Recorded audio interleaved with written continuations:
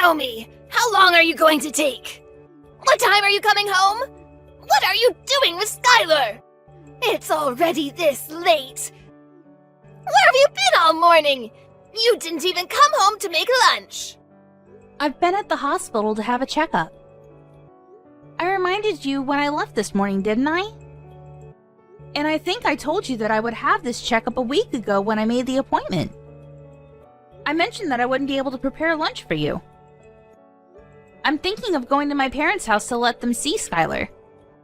I'll spend a few hours there, and hopefully Skylar will be able to have a nap before I come home. Skylar was only born last week. You can't parade her about outside all day. You've got to bring her home right now. It's already this late. I can't believe you could be so irresponsible. Don't you care about Skylar at all? She could get sick. This late? It's still 1:30. And there's no need to be so overprotective. I've taken precautions for the sunlight and we're only going to see my parents. It's not like I'm taking her to meet everyone I know or pushing her pram through a crowd of sick people.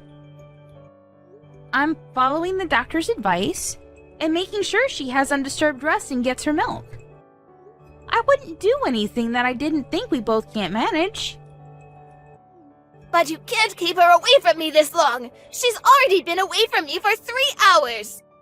Skylar needs me. You can't do this to her. Give her back to me. What are you talking about? She's not a thing and she's not yours. I've decided that I'll raise Skylar myself. I can't trust you with her. I've watched how you've been with her for the past week, and it's obvious that you're no good as a mother. You don't know how to take care of her. If you raise her, she'll end up unhappy. Or worse, she'll be unhappy and she'll be rebellious. It's people like you that end up raising criminals. I can't just stand by and watch you ruin her life. The best thing for Skylar is if you give her up. I'll raise her as my own daughter. She's mine, so give her back. Skylar's my first child, so of course I don't expect to be able to do things perfectly all by myself. That's why I've been listening to all the advice you've been giving me this week. And I'm really happy that you're helping, but no matter what I do, you keep on complaining that I'm doing things wrong. So that's what you're thinking of me. I'm doing my best to help you. How can you be so ungrateful? I bet you think that I'm in the way, don't you? You're the one that's living in my house. I'm letting you stay here. I'm providing the roof over your head, and I don't even ask for rent. I've done so much for you, and this is how you repay me? This is why I never approved of Daniel marrying a woman like you. You were the one that asked that we move in with you. Daniel and I were living together in our own house after we got married, and we planned to stay there. But you wanted us to all live together. You were the one that said you always wanted to live with your grandchild. You pretty much forced us to move in with you once you found out that I was pregnant, and I had to go through all the trouble of moving house when I was already really big. Why do you have to put it like that? I never forced anything. Just ask Daniel. He was delighted to move back in with us. I've done so much for you. It wouldn't hurt for you to show a little more appreciation, too. Can't you at least say thank you? I think I deserve a lot more, but I shouldn't expect anything from you. Appreciation? I had a lot more of that when I first met you. But ever since I married your son, and you started to show your true colors, it's become a lot more difficult. Especially after we moved in together. And you wouldn't stop making hurtful comments about the way I did chores and the way I prepared dinner. The stress and fatigue just piled up, and I couldn't please you no matter what I did. I didn't know you could get any ruder. When have I ever made hurtful comments about anything you've ever done? If I've made comments, it's just because I'm giving you advice as your senior in life. If you think I've been hurtful, it's because you're trying to make me out as the bad person in this story. I'm an adult too. I understand the difference between advice and sarcastic, backhanded comments. And it's not just those comments. You don't like the food I make, even though I've done my best to follow your recipes. And if you really don't like my cooking, then you could always make your own. But you insist on having me prepare your serving too. And sometimes you throw it all away, right in front of me. It's not just insulting, it's wasteful. Did you really think that I could just brush that off as advice? I don't understand how you could do something so mean just for the sake of showing me you don't like my cooking. I threw it away because it didn't taste good. What's the problem? Did you really think that it was good enough to serve to Daniel and my husband? Nobody would want to eat something disgusting like that, so I saved them the trouble. I just did what they would have wanted to do anyway. If anything, you should be thanking me for not letting them eat something as horrible as that slop you call food. That's what I'm talking about. In the past few months we've spent living together, you've never eaten my food without making a face, a comment, or throwing it away. On top of that, you were making me do all of the housework right up until the birth. I couldn't have a moment's rest while you were around, even though my back hurt and my feet hurt and I was so tired. Even when my contractions started and I was begging you to call for an ambulance because Daniel was out, you wouldn't call and told me that I was overreacting. I couldn't even get to the phone myself. I thought I was going to give birth right where I was. It wasn't until Robert passed by my room and noticed that my water had broken that I was finally able to go to the hospital. I'm grateful for my father-in-law's care and consideration. But if you want me to be grateful for you, then you'll have to do something I can be grateful for first. You shouldn't expect everyone to do everything for you. You could have gone to the hospital by yourself. You're so spoiled. It shows that your parents must have been overly protective of you as a child. No wonder you're so disrespectful towards me. Did you really think that I could drive all the way to the hospital safely when I was getting contractions every 5 minutes? Even after I gave birth, you didn't say anything to me. You didn't ask me how I was doing. Not even a word about how well I had done, even though I was in labor for 15 hours. I was too busy thinking about Skylar. What did you expect? My first and only priority was the baby. So what if you gave birth? It's nothing special.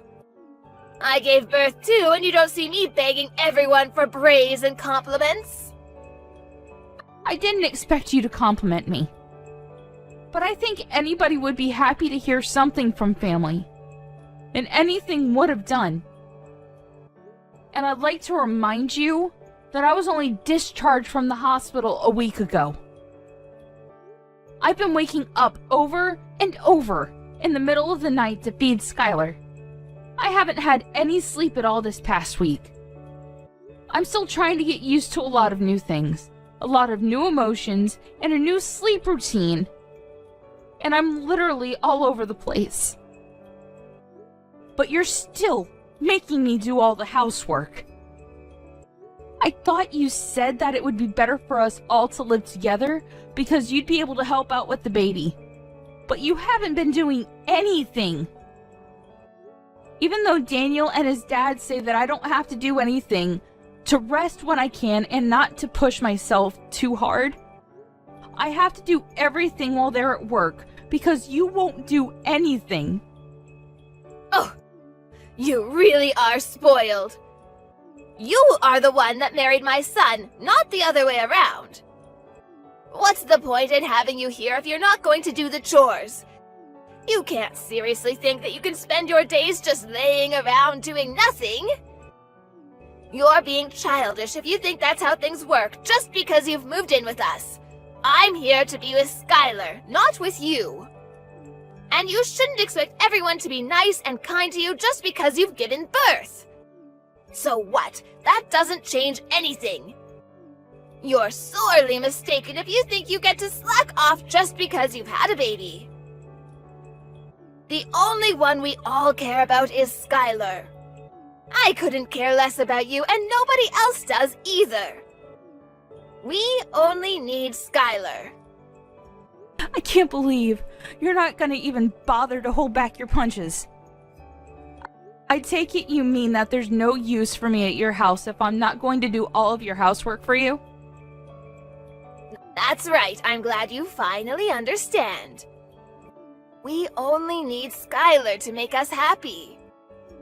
I don't need a rude, disrespectful, annoying daughter-in-law like you around the house if you're not even going to do what you're here for. Even if you did do the chores and prepare our food, you're so useless I end up having to redo everything you do anyway. You're just wasting my time, and having you here is a waste of space too, so we don't need you here. So you think I'm rude and useless. Alright. What, am I wrong? I don't think I said anything you couldn't understand. I made it quite clear. We don't need you in this house. To be honest, I'd prefer if you'd leave as soon as possible and never come back. You don't have to worry about Skylar, she'll be in good hands. We'll raise her without you. I think that's best for her as well. She doesn't need a useless woman like you as her mother. I just want to check. If you want me to leave, then that means you don't want to live with me, doesn't it? How many times do I have to tell you? I don't want to live with you, and I want you out of my house, do you understand? Yes, I do. I understood that perfectly. Then I won't be coming back. I'll be staying at my parents' house. They've got a spare room that I can use, so there's no reason for me to return today. I'll go and get my things another day. Will that make you happy? Of course, do whatever you want. You're an adult. I don't care where you stay as long as it's not in my house. Nobody in this house is waiting for you to return anyway. I'll have Daniel go and collect Skylar from you when he gets home from work, so make sure she's had her rest and you've got all her things ready by then. I'll let you spend these last few hours with her at least. You're not going to come back to this house, so this will be the last time you ever see her. I'm glad you've finally come to your senses. You're not fit to be a mother. I understood the part about not coming back to stay in your house, but you're wrong about one thing. I am not handing my daughter over to you. Skylar is staying with me. I'm her mother. What are you talking about? I just told you that you're not fit to be a mother. Are you going to take her away from me? You can't do that. She needs me. Oh, you think that I'm not fit to be a mother because I need support to raise her and because I can't handle all of the housework on just 1 hour of sleep a night? You expect the impossible from me. You're saying that I'm taking her away from you, but you're not her mother. She was never yours to begin with. She's my granddaughter. That makes her mine. I don't think that your way of thinking that she belongs to you is very healthy for Skylar. I don't think that raising her in an environment where you think that you can treat me however you like is good for her either. Daniel and Robert have both lost their patience with the way you've been treating me. I know that the both of them have done their best to talk with you privately and get you to change your attitude. But it still hasn't changed after months. And if it's only going to get worse now that Skylar's born, I'd rather not live with you either. Your own son and husband have given up on getting you to change your ways, so there's no way I can keep hoping.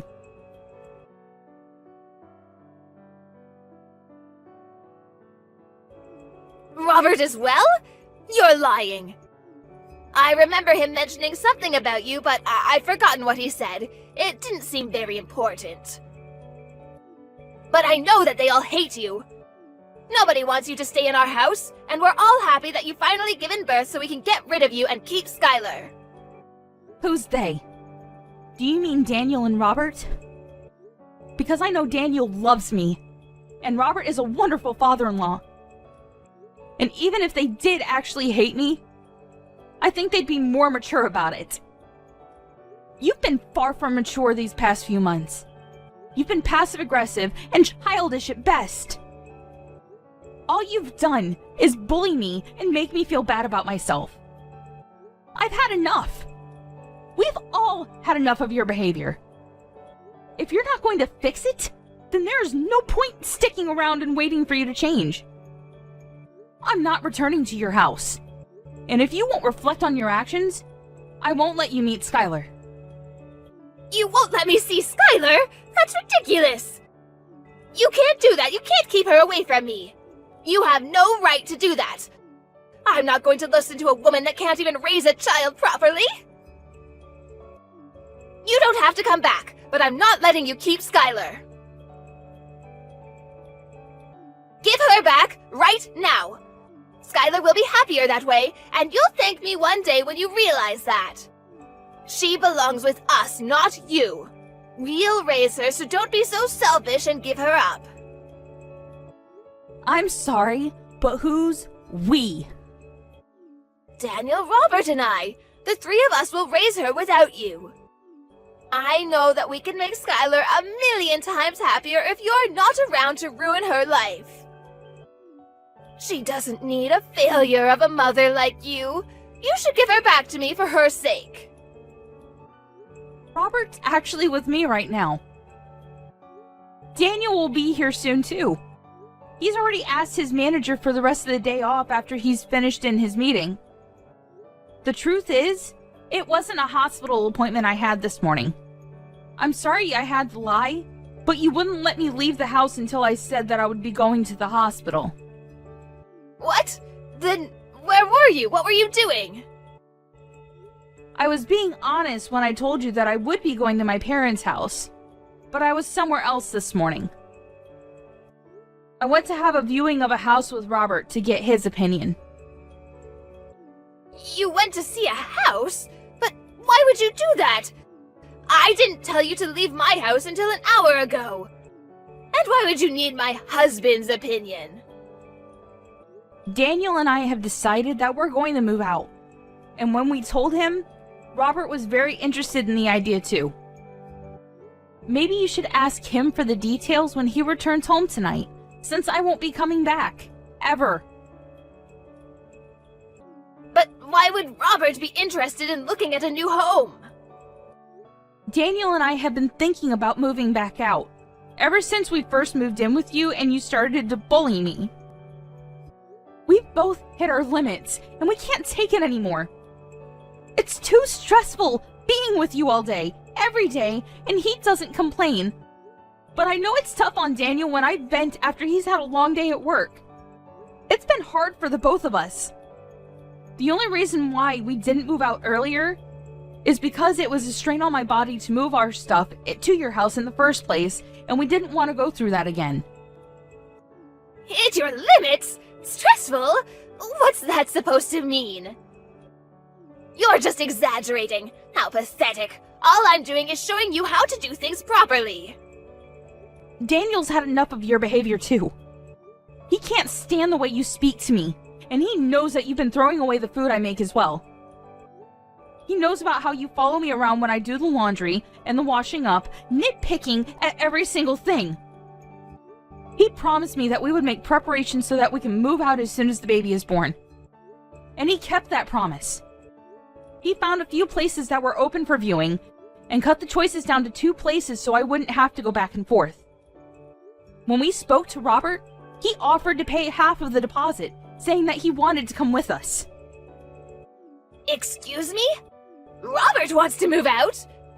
Well, he was obviously including me when he said that. He meant that he wanted to move in with us and move away from you. Apparently, he's had enough of your attitude as well. And since you won't change, no matter how many times he's spoken to you, he's decided to leave you. He's telling me that he left the divorce papers on the table in the living room. Have you seen them? He says that he's already signed them, So you just have to sign your side and leave them there. He'll have them filed tomorrow. I found them, but I don't understand. Why would he want to divorce me? I haven't done anything to deserve this.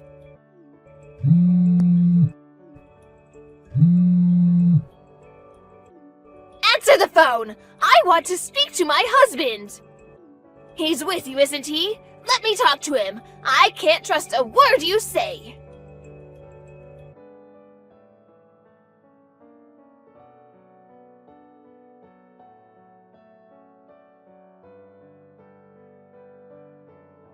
Why would I lie? Those papers have already been signed, haven't they? I wouldn't fake his signature just to trick you.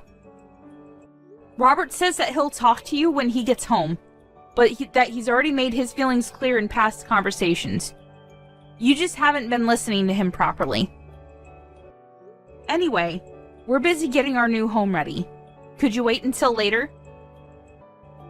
I don't understand why Robert and Daniel have to move away too. I only said that you don't need to come home. What about me? What am I supposed to do?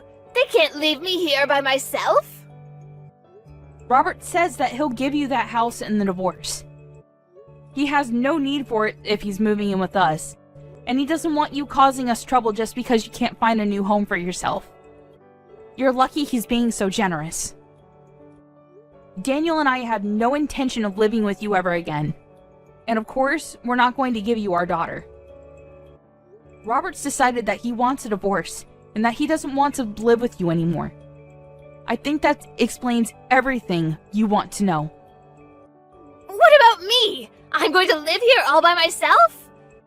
You're not making any sense. Why can't I come with you? Weren't you listening to what I said? We've told you over and over that the way you've been treating me is unacceptable. We wouldn't have had to do this if you had fixed up your attitude and stopped behaving so immaturely. If you had listened to your own husband's warnings and your son asking you to stop treating me so horribly, we would have never decided to move out. We would still be living with you, and you would still be able to spend time with your loved ones. But unfortunately, you haven't shown any signs of changing or even feeling bad about what you've done.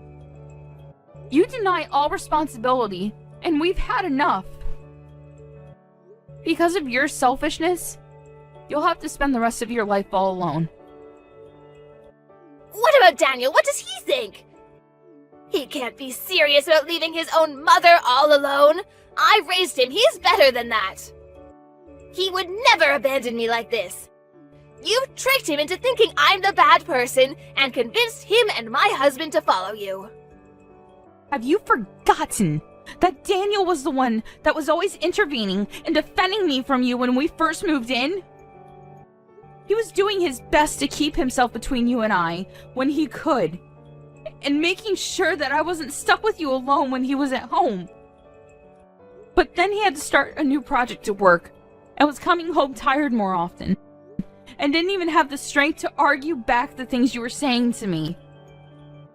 The stress of work and your treatment of me was accumulating for him too.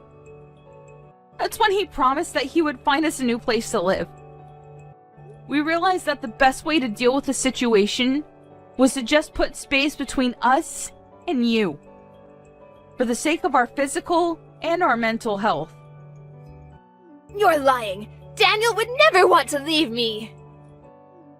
And Robert can't be serious about getting a divorce. At this age, I'll never be able to get remarried. I'll be alone. Can't he rethink the divorce? I'll do anything. He's not honestly thinking we should get divorced, is he? You'll have to talk to Robert directly about that. Though he says that there's nothing more to say. And we've already chosen a new home that has enough room for the three of us and Skylar. Robert is welcome to live with us, but there's no room here for you. Moreover, Robert's actually put a lot of money into this house for us. He's been very considerate, since Daniel and I had to pay a lot for the hospital bills last week. We don't plan on telling you where our new address is either. But I'll never be able to see Skylar ever again! Are you honestly going to separate us? I'm not going to let you see her. You'll have to show that you can change first. I don't know if you can, but if you want to see her, you'll have to. I don't plan on meeting you until then either. I'm sure you don't care whether you see me again or not, but I just wanted to make it clear that this is what happens when you treat someone as though they're inferior to you. You end up alone. What did I do to deserve this? Why is everyone leaving me behind? You're telling me that I have to spend the rest of my life, my elderly years, all alone? That's too much! You don't have to go this far! I thought I would be able to spend the last 20 years of my life taking care of my grandchild. I wanted to have peace and quiet, and not worry about any of the chores or worry about money. This isn't what I wanted! I was dreaming of my life as a grandmother, but now I'll have to get a job! I have to do everything myself! I won't be able to see my family, that's not fair! Really? I guess you hoped that I would be the one to take care of all the chores and plan to live off your husband's savings and pension. All without lifting a finger yourself. But you ended up breaking that dream with your own hands. You should have been more respectful towards the people around you if you wanted them to love and take care of you. I'm tired of you complaining about every little thing I do. But now, you'll have to do everything yourself, and you won't be able to see your family ever again. That's the price you've paid. You'll have to accept it. Fine, I understand I made a mistake. I shouldn't have been so nagging. I'll do my best to get on with you from now on. I'll change the way I've been acting towards you. So please don't move out. It's too late for that. We've already paid the deposit and signed the documents for the house. We won't change our minds about living away from you. And we'll be moving all of our things into the new place over the next few days. We're all going to live here in peace without you. Robert will be returning to your house this evening to pack up our essentials, so you should have a good long talk with him then. He'll be staying there until all of our things have been moved. But he's quite adamant about having the divorce, so I suggest you forget about talking him out of it, and talk about how you can make an effort to change your behavior. That way, you might have a chance to meet Skylar in the future. Naomi, I'm sorry. Let's all live together. I don't want to be alone. I think we might have gotten off to a bad start, but I'll change. I'll do whatever it takes. I'm sure you'll come to understand why I was so harsh towards you. It was for your sake, but I won't do that anymore. Just let me see Skylar. I find it hard to believe that you'll change when you're still making excuses. You can't even apologize properly. It's too late after all. You can't change. Besides, you were saying yourself that you don't want to live with me, remember? I confirmed over and over, and you said that you wanted me to leave. Well, I don't want to live with you either. I hope you'll enjoy your final years without a rude, useless woman like me in the way.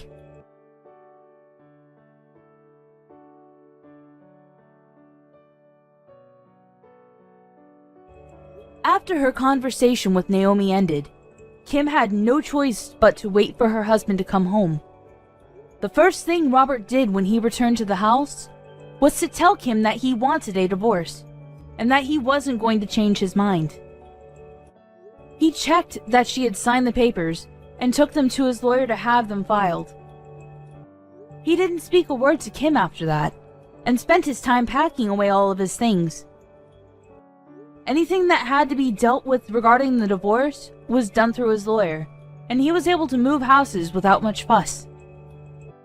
Kim got the house in the divorce, but it was brought to her lawyer's attention that she had spent Robert's savings on several occasions without his permission, and as a result, the amount she received in alimony payments decreased significantly. It wasn't enough for her to keep up the payments for the household bills, so she had to find a job in order to earn some money to pay for other essentials. She was so desperate to meet Skylar that she went to Naomi's parents' house and demanded that they tell her Naomi's new address. It didn't occur to her that she should have just shown Naomi that she was making an effort to change. In the end, Naomi's parents called the police because of how aggressive Kim was being, and Kim was taken away in a police car to be questioned. Kim was not only divorced and looking for a job, but had also been slapped with a restraining order from Naomi's parents. On the other hand, Naomi and Daniel were living happily ever after with their small family and were looking forward to having their next child. Robert was delighted he was freed of his selfish wife and was taking great pleasure in taking care of his granddaughter.